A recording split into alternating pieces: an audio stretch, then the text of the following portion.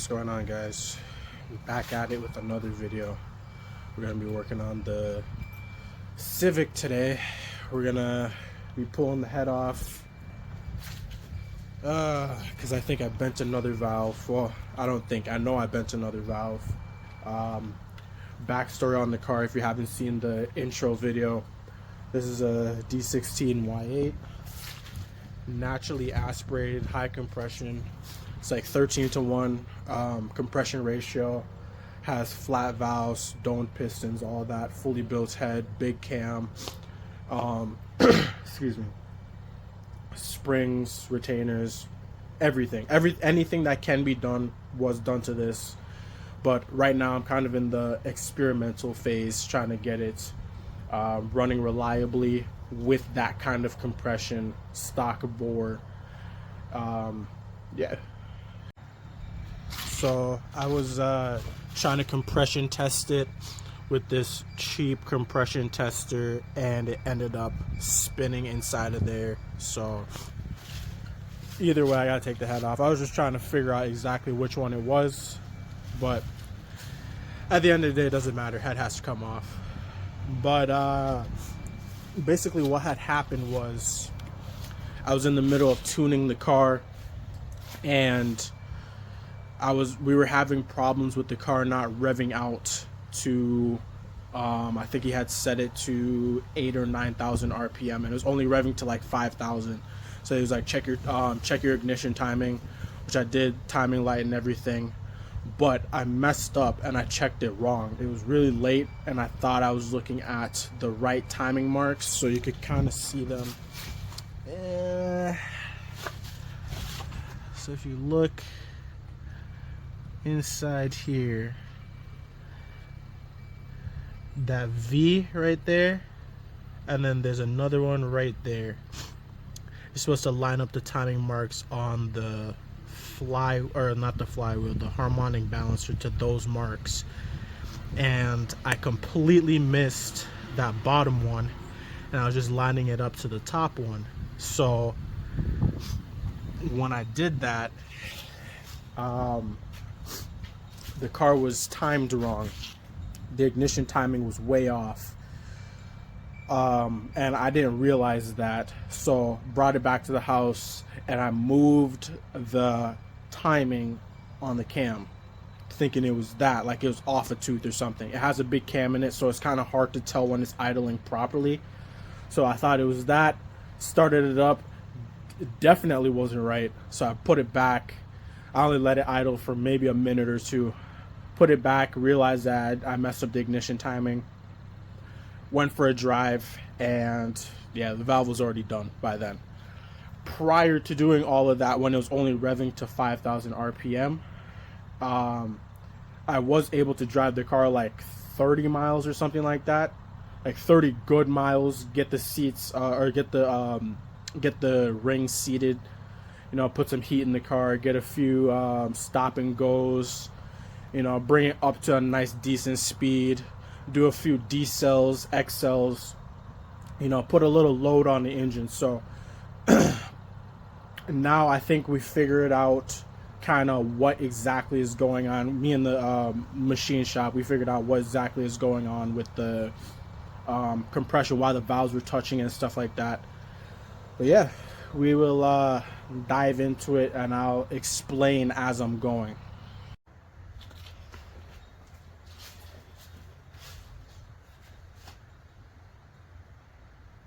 Let's start ripping into it.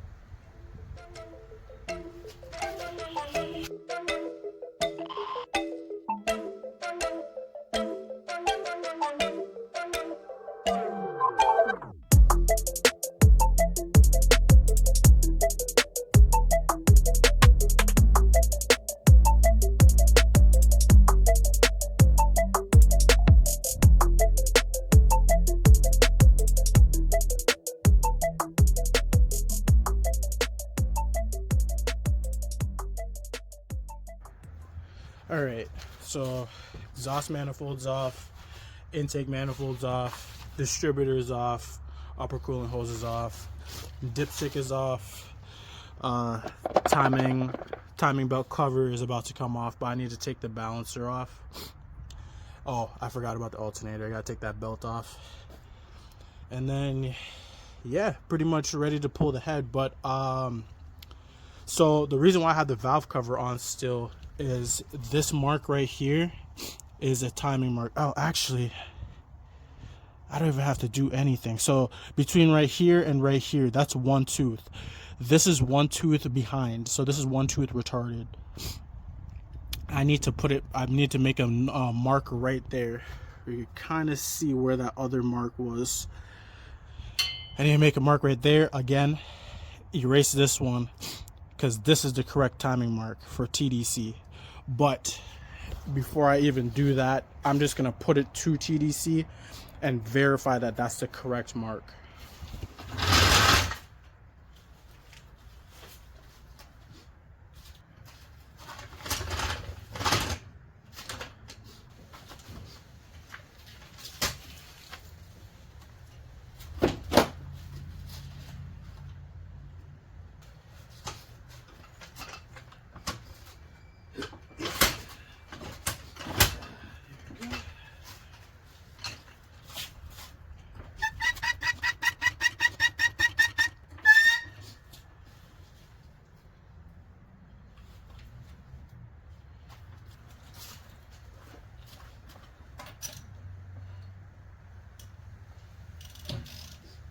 Gotta get the impact.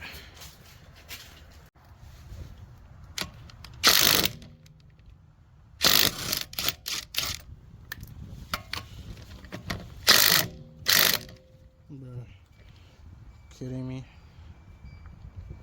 Oh, this thing's dead. Guess I gotta get a battery too.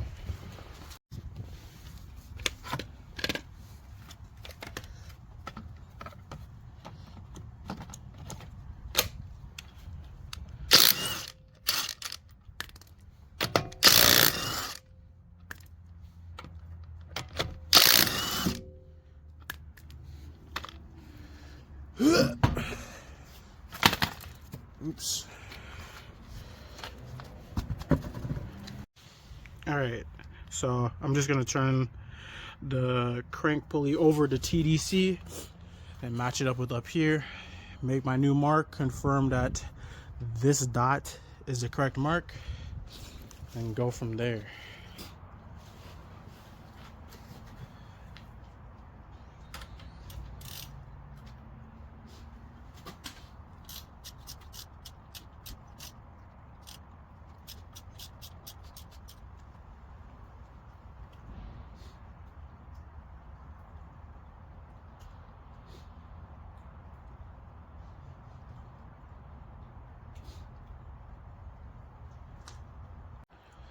Got everything turned down here, lined up here, and you can see right there that that white line lines up with this mark right here, and this other faded line that you can barely see lines up with that mark.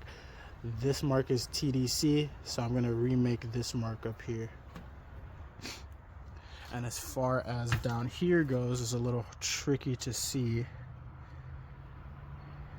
but you can see the two marks I was talking about earlier, boom and boom, those two marks, that mark, and then this mark. That's 16 degrees right there. Boom, boom, boom. Those three line up perfectly. Yeah. So that's a perfect 16 degrees of ignition timing, not the belt timing.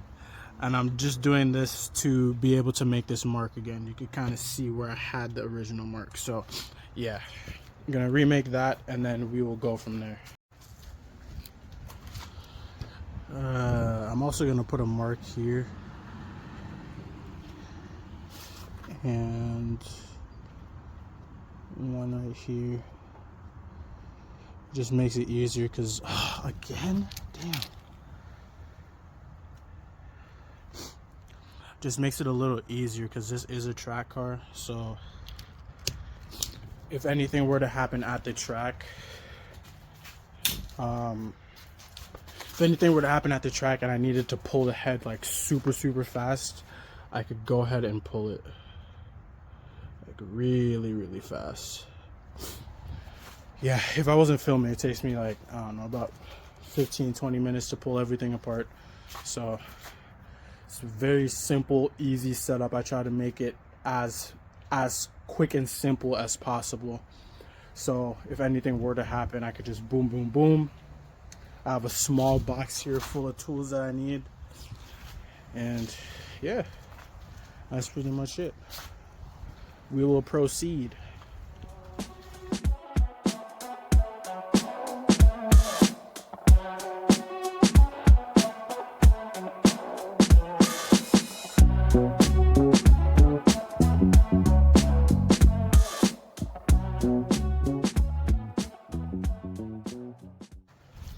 All right, got everything pulled off for the most part. Timing belts. See, I got the cover off, the pulley off. This is inside of the head, or at least the top of the head. You can see the Skunk 2 Alpha retainers, titanium retainers, titanium keepers, and they're also Alpha springs. Ferrera 5000 valves. Brian Crower 7100 cam. Skunk 2 Pro Series titanium cam gear, and some other things. I got the crank shaved a little bit too, so the crank is a few grams lighter, not all too much. This is a VMS Racing light wheel crank pulley. Yep, it's all billet. Super light. Lightweight flywheel. I have an 8-pound flywheel in there. Trying to think of what else. Got this eBay header. They used to make these. They have since discontinued them, so this is kind of like one of those relics, but it goes 4 into 1.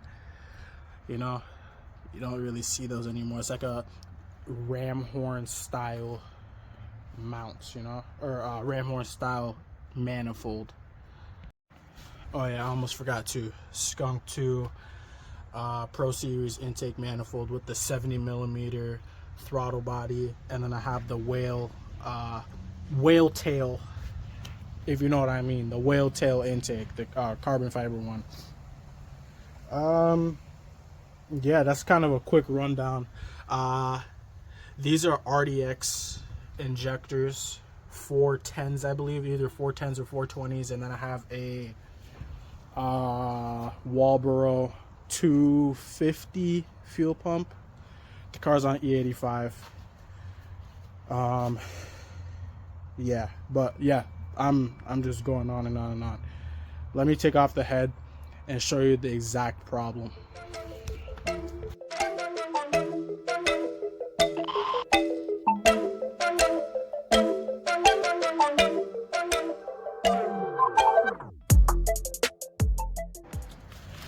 All right, here's the head.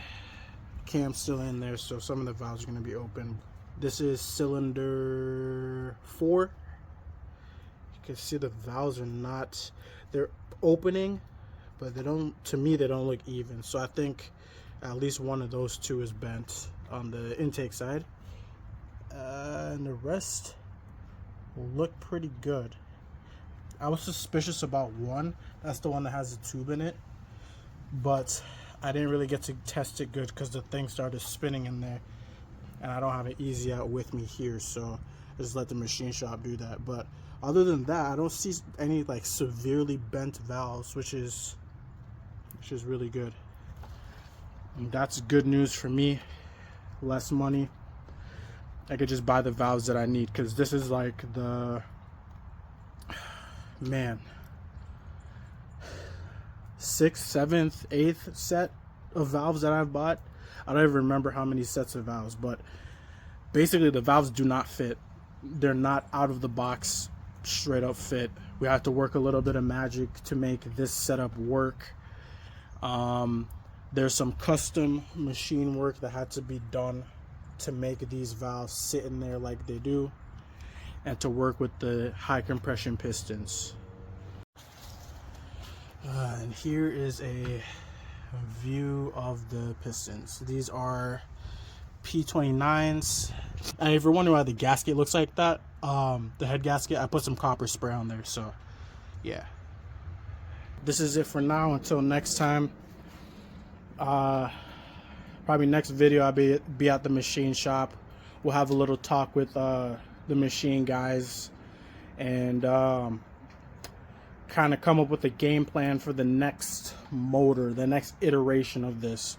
Right now I'm just trying to get this running, see what it does on the track, see how it performs, and then once I get this figured out, then I'll build a serious motor. Not hodgepodge together, it hasn't been taken apart several times and all of that. One and done motor kind of thing.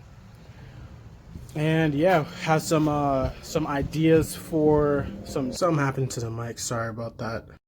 So we'll get into that when that time comes, but until next time, howdy hoes.